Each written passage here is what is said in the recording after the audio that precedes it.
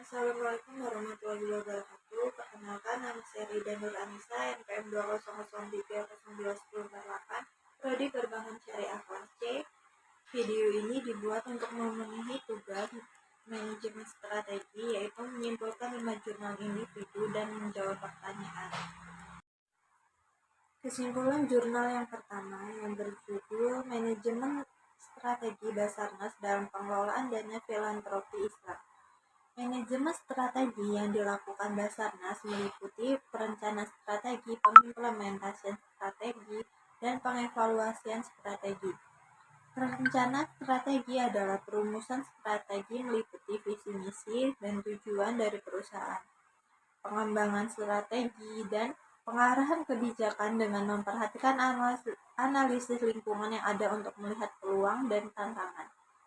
Implementasi strategi Basarnas dilakukan dengan membuat program-program kerja di bidang pengumpulan dan bidang pendistribusian dan pendayagunaan, bidang pendidikan dan dakwah, bidang kesehatan dan sosial kemanusiaan, bidang perencanaan, bidang keuangan dan pelaporan, bidang administrasi, dan bidang sumber daya manusia dan umum. Jurnal individu yang kedua yaitu berjudul Manajemen Strategi dalam Meningkatkan Mutu Pelayanan Kepegawaian. Manajemen strategi untuk meningkatkan mutu pelayanan kepegawaian menggunakan proses tahapan formulasi atau perencanaan strategi dan implementasi atau pelaksanaan strategi dan evaluasi strategi, di mana setelah melakukan proses manajemen strategi itu, mutu pelayanan kepegawaian Dinas Pendidikan Kabupaten Probolinggo berjalan dengan baik dan sangat memuaskan, yang dirasakan langsung oleh para PNS dan pegawai aparatur pemerintah di lingkungan Dinas Pendidikan Kabupaten Probolinggo. Jurnal individu yang ketiga yaitu yang berjudul Manajemen Strategi dalam Meningkatkan Daya Saing Pendidikan. Pengertian daya saing adalah usaha serta kemampuan dari sebuah perusahaan untuk memberikan nilai lebih kepada produk yang dihasilkan dan mendapatkan nilai lebih dari konsumen karena harga jual yang tinggi dan memanfaatkan dari produk tersebut. Dalam dunia pendidikan, daya saing tampak pada kualitas pelayanan pendidikan serta hasil dari proses pendidikan itu sendiri. Ada beberapa teknik yang dapat digunakan dalam menganalisis daya saing dalam dunia pendidikan, yaitu dengan membuat pertama yaitu matriks SWOT adalah metode perencanaan terstruktur yang digunakan untuk mengevaluasi kekuatan, kelemahan, peluang, dan ancaman yang terdapat dalam suatu organisasi. Kedua yaitu matriks SPAC, merupakan kerangka 4 sudut pandang yang menunjukkan apakah strategi agresif, konservatif, defensif, atau kompetitif yang paling sesuai untuk suatu organisasi tertentu. Dan yang ketiga yaitu matriks BCG yang secara grafis menggambarkan perbedaan antara divisi dalam hal posisi pasar relatif dan tingkat pertumbuhan industri. Jurnal individu yang keempat yaitu berjudul Manajemen Strategi Pemasaran Bengkel Las di Era New Normal. Di masa pandemi COVID-19 ini penting bagi bengkel las untuk menerapkan manajemen strategi. Salah satunya manajemen strategi yang dilakukan oleh bengkel barang kalas. Strategi apa yang perlu diterapkan dalam bengkel barang kalas agar dapat bertahan dan mampu bersaing di era new normal ini? Bagi bengkel barang kalas ini, strategi pemasaran yang dibutuhkan oleh para pelaku usaha, khususnya untuk building bisnis bengkel, supaya bisa mengomunikasikan produk atau layanan mereka untuk menarik pelanggan. Strategi pemasaran yang dilakukan oleh bengkel barang kalas adalah dengan menggunakan pemasaran digital karena dianggap lebih efisien, khusus share new normal atau pasca pandemi. Penerapan pemasaran digital di bengkel barang kalas dilakukan dengan memanfaatkan media sosial dan website. Langkah pertama yang dilakukan oleh bengkel barang kalas, yaitu menganalisis pasar dan perilaku konsumen. Langkah kedua yaitu merumuskan tujuan untuk meningkatkan penjualan. Langkah ketiga yaitu memilih media sosial yang tepat. Media sosial menjadi pilihan untuk memasarkan produknya, karena media sosial sendiri memiliki fitur yang dapat menciptakan komunikasi atau komunikasi dua arah dengan cepat dan dapat langsung membalas atau mengomentari poster maupun video digital yang telah diposting dengan cepat dan mudah untuk menarik para konsumen untuk berbengkel di barang kalas. Jurnal individu yang kelima yaitu yang berjudul Strategi Efektif untuk Pengembangan Bisnis UKM Yogyakarta di Pasar Internasional.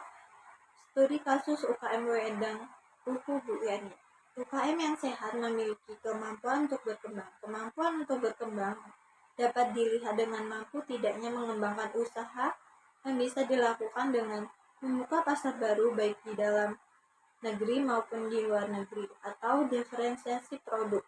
Jika memiliki postingan yang tepat, merupakan salah satu indikator UKM yang sehat. Jika konsumen yang dilayani adalah konsumen yang tepat, maka UKM dapat terus berjalan dan berkembang. Agar dapat berkembang dan menembus pasar internasional, maka UKM Wedang Uhu Buyane harus mempunyai manajemen strategi, yaitu manajemen strategi yang berkembang yang efektif. Strategi yang efektif untuk digunakan dalam UKM Wedang Uhu Buyane antara lain menentukan posisi pasar yang tepat, menggunakan strategi pengembangan diferensiasi produk dengan cara membuat wedang kuku dalam bentuk serbuk, membuat dalam bentuk celup seperti teh, wedang uhu, dikemas dalam berbagai ukuran dan dengan kemasan yang menarik, serta komposisi antara kemasan yang satu dengan yang lain harus sama. Tentu saja produk wedang uhu harus sesuai dengan standar internasional jika ingin menembus pasar internasional. Selanjutnya yaitu menjawab pertanyaan dari setiap jurnal. Pertanyaan terkait jurnal pertama yaitu 1. Bagaimana langkah-langkah lembaga zakat dan amil zakat untuk memaksimalkan potensi zakat di Indonesia? Jawabannya yang pertama yaitu langkah pertama yaitu dengan terus menerus melakukan sosialisasi dan edukasi tentang zakat kepada masyarakat. Hal ini bisa dilakukan dengan menggunakan berbagai macam media seperti surat kabar, televisi, medsos, dan juga khutbah. Edukasi pada masyarakat tersebut bukan hanya dijelaskan tentang kewajiban zakat saja, tetapi juga harus dapat menjelaskan cara membayar zakat yang benar, misalnya dengan mengajak masyarakat untuk berzakat melalui badan amil zakat. Langkah kedua yaitu harus terus melakukan penguatan terhadap amil zakat sehingga lembaga amil zakat itu pun akan menjadi lembaga yang kredibel, yang bisa dipercaya, yang amanah, dan lembaga yang mencintai muzaki dan mustahik. Langkah ketiga yaitu tentang pendayagunaan zakat, misalnya dengan mengelola zakat untuk kegiatan ekonomi masyarakat, untuk kesehatan ataupun pendidikan. Hal itu harus dilakukan secara terstruktur dan secara masif. Langkah keempat yaitu aturan-aturan yang harus diperbaiki, terutama aturan yang sifatnya lokal. Pertanyaan yang kedua yaitu apakah pengelolaan zakat di Indonesia sejauh ini sudah efektif? Jawabannya, sejauh ini pengelolaan zakat di Indonesia belum membuahkan hasil yang maksimal. Munculnya lembaga-lembaga swasta justru menjadikan pengelolaan zakat di Indonesia tidak efektif dan terjadinya tumpang tindih antara satu lembaga dengan lembaga lainnya. Terdapat beberapa alasan sebab pengelolaan zakat yang tidak efektif di Indonesia. Yang pertama yaitu kurangnya kesadaran masyarakat terhadap peran zakat bagi perekonomian. Kedua yaitu ketidakpercayaan masyarakat terhadap lembaga pemerintahan. yang lemah dan tidak transparan. Ketiga, yaitu kurangnya dukungan negara untuk proaktif dalam berjalannya undang-undang tentang zakat. Pertanyaan yang ketiga yaitu apakah fungsi dari Basarnas? Jawabannya yaitu fungsi dari Basarnas yaitu untuk melakukan penghimpunan dan pendayagunaan zakat. Selain itu, Basarnas juga menerima dan mendistribusikan infak dan sedekah. Selanjutnya yaitu pertanyaan terkait jurnal kedua, yaitu yang pertama, bagaimana cara menentukan strategi yang baik dalam menentukan mutu pendidikan di sana? Jawabannya, yang pertama, peningkatan profesionalisme, kedua, pembinaan manajemen pendidikan, ketiga, peningkatan buku dan sarana pelajar, keempat, pembinaan fisik dan penampilan, kelima, peningkatan partisipasi masyarakat. Pertanyaan yang kedua yaitu apakah yang dimaksud dengan pelayanan administrasi kepegawaian? Jawabannya yaitu pelayanan administrasi kepegawaian adalah salah satu pelayanan publik yang terbilang sering menjadi sorotan baik pelayanan kepada pelanggan internal maupun pelanggan eksternal organisasi. Pelayanan administrasi kepegawaian sangat dibutuhkan karena adanya kebutuhan dan hak kepegawaian yang berkembang. Pelayanan yang diberikan oleh administrasi kepegawaian menyangkut nasib pegawai negeri sipil dan pegawai aparatur pemerintah. Pertanyaan yang ketiga yaitu jaminan biaya apa saja yang dapat ada dalam proses pelayanan? Jawabannya yaitu yang pertama yaitu jaminan yang diberikan pegawai, yaitu jaminan tepat waktu pada pelayanan.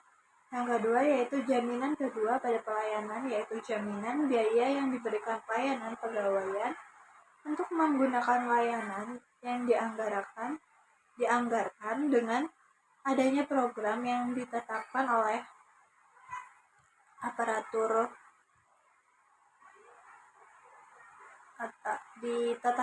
Dinas Pendidikan untuk pelayanan administrasi. Selanjutnya itu pertanyaan terkait jurnal individu yang ketiga, yaitu yang pertama, dalam jurnal yang Anda rangkum, apa saja upaya-upaya yang sudah dilakukan untuk meningkatkan kualitas atau mutu lulusan pada sebuah lembaga pendidikan? Jawabannya yaitu meningkatkan kualitas guru, kedua, diadakannya peningkatan materi, ketiga, peningkatan dalam pemakaian metode, keempat, yaitu peningkatan sarana, kelima, peningkatan kualitas belajar. Pertanyaan yang kedua yaitu mengapa ilmu manajemen strategi itu diperlukan dalam berbagai pengelolaan pendidikan? Jawabannya yaitu berdasarkan pengalaman historis di dalam penyelenggaraan suatu organisasi, maka manfaat utama penerapan prinsip manajemen strategi di dalam lembaga pendidikan adalah membantu lembaga pendidikan merumuskan strategi yang lebih tepat dengan menggunakan pendekatan sistematis, logis, dan rasional. Selanjutnya itu pertanyaan yang ketiga yaitu langkah apa yang dapat diambil oleh pemerintah untuk meningkatkan pendidikan yang rendah di Indonesia? Jawabannya yaitu langkah yang dapat diambil oleh pemerintah untuk meningkatkan pendidikan yang rendah di Indonesia adalah dengan membangun sekolah-sekolah baru, terutama SD Impres di daerah-daerah yang kurang jumlah sekolahnya. Kedua yaitu mengadakan perbaikan dan penambahan alat praktikum, laboratorium, perpustakaan, dan buku-buku pelajaran, serta menambahkan dan meningkatkan kualitas kinerja guru atau kualitas guru. Selanjutnya itu pertanyaan terkait jurnal individu yang keempat. Pertanyaan yang pertama yaitu apakah dalam strategi yang dibuat dalam perusahaan itu semuanya berhasil? Jawabannya ya, karena perusahaan tersebut sudah menggunakan digital marketing yang dapat membantu suatu perusahaan atau bisnis menjangkau lebih banyak audiens daripada melalui metode konvensional. Selain dapat menjangkau lebih banyak audiens, digital marketing juga lebih hemat biaya dan terukur. Pertanyaan yang kedua yaitu apakah ada tantangan tersendiri bagi bengkel barang falas ketika menerapkan manajemen pemasaran digital tersebut? Jawabannya yaitu tentunya ada, seperti banyaknya kompetitor. Kemudian jika sebagai pelaku bisnis tidak dapat membandingkan kecepatan bisnis digital lainnya, maka bisnis yang sudah dibangun bisa saja kalah dari pesaingnya. Pertanyaan yang ketiga yaitu bagaimana analisis SWOT pada bengkel barang falas? Jawabannya yaitu analisis SWOT pada barang falas yaitu kekuatan, pengalaman dalam melakukan bidang pengelasan, harga merakyat, serta mempertahankan dalam pengelasannya rapi. Kedua yaitu kelemahan, kurangnya perlengkapan yang lengkap, serta modal dalam memulai usaha masih kurang. Ketiga yaitu peluang, belum banyak bengkel las tempat di mana anak muda bisa mengeluarkan ide kreatif di bidang pengelasan. Keempat yaitu ancaman atau tantangan, harga bahan baku yang meningkat dan mahal, banyaknya pesaing yang mengikuti konsep yang sudah dibuat. Selanjutnya yaitu pertanyaan terkait jurnal individu kelima, yaitu pertanyaan yang pertama, bagaimana strategi yang efektif yang dilakukan oleh UKM Pedang Uhu Bu Yani supaya dapat berkembang di pasaran? Jawabannya yaitu yang pertama, menentukan posisi pasar yang tepat. Kedua, menggunakan strategi pengembangan diferensiasi produk. Ketiga, yaitu dikemas dengan berbagai ukuran dan dengan kemasan yang menarik. Pertanyaan yang kedua yaitu bagaimana cara agar UMKM dapat sukses dan bertahan atau berkembang di tengah masa pandemi COVID-19 saat ini? Jawabannya yaitu yang pertama, mengubah pola bekerja menjadi work from home dan meminimalisirkan interaksi fisik dan sosial, serta mendesain atau merencanakan ulang target mingguan dan pola pelaporan aktivitas bisnis. Yang kedua yaitu bangun komunikasi dengan internal stakeholders, partner, karyawan atau investor, serta berakala saling memberi perhatian dan semangat dengan menanyakan kondisi kesehatan fisik, mental, dan finansial, serta beredukasi dengan internal stakeholders, partner, karyawan atau investor tentang skenario bisnis terbaik di masa COVID-19 ini. Selanjutnya yaitu pertanyaan yang ketiga, apakah strategi yang digunakan pada pengembangan bisnis UKM Yogyakarta di pasaran internasional ini sudah berhasil? Jawabannya sudah berhasil karena strategi yang digunakan sudah baik, yaitu salah satunya dengan mengembangkan diferensiasi produk, dengan membuat wedang uhu dalam bentuk serbuk, serta membuat dalam bentuk celup seperti teh. Sekian yang dapat saya sampaikan, kurang lebihnya saya mohon maaf jika terdapat kesalahan kata dalam penyampaian. Wassalamualaikum warahmatullahi wabarakatuh.